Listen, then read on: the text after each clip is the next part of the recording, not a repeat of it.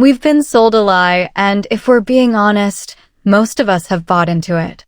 We've been told that if we aren't perpetually exhausted, we aren't working hard enough.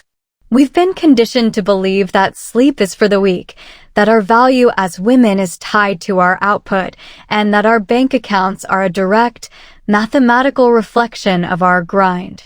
It's a taboo conversation that we usually avoid because it challenges our ambition.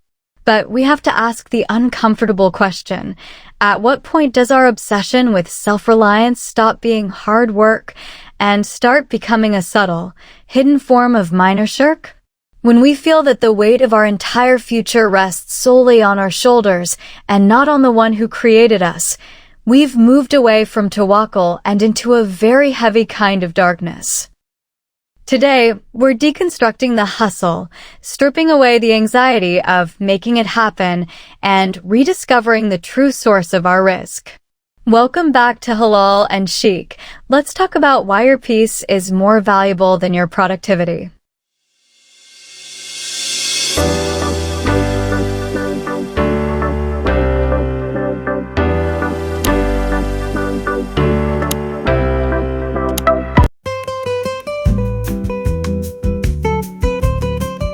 The world loves the self-made narrative. We see it on LinkedIn, on Instagram, in every business book. It says, "I did this. My sweat, my late nights, my strategy." But as Muslims, the very first thing we say in our prayers is Alhamdulillah, all praise is for Allah.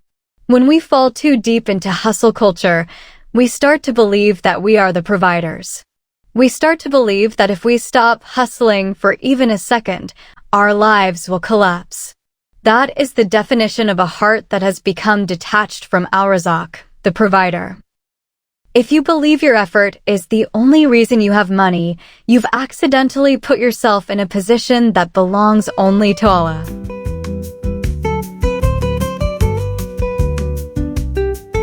Why is everyone so burnt out? It's because self-reliance is heavy.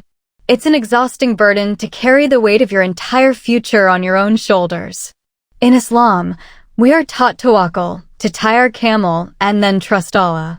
Hustle culture tells you to tie the camel, stand guard over it 24/7, build a fence around it, and never sleep because you don't trust the one who created the camel in the first place. This obsession with control is a sign of weak faith. When you realize that your rizq was written for you before you were even born, the hustle stops being a frantic chase and starts being a calm, beautiful pursuit.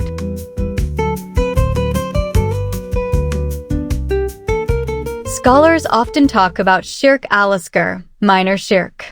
This can include hidden things, like relying entirely on causes, your job, your boss, your marketing strategy, rather than the creator of those causes.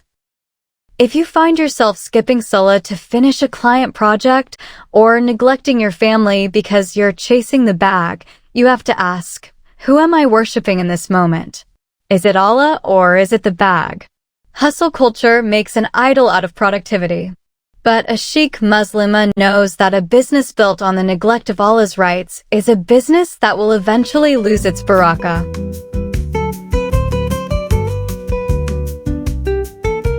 So, what's the alternative? Do we just sit at home and wait for money to fall from the sky? Of course not. The alternative is Barakah culture. Work with ISIN, do your best work, but leave the results to Allah. Respect the limits. When it's time for prayer, the work stops. When it's time for family, the phone goes away.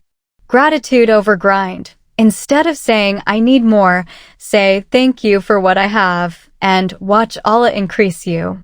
When you shift from hustling to serving, the pressure disappears. You aren't a hustler anymore. You're a trustee of the wealth Allah has decided to flow through you.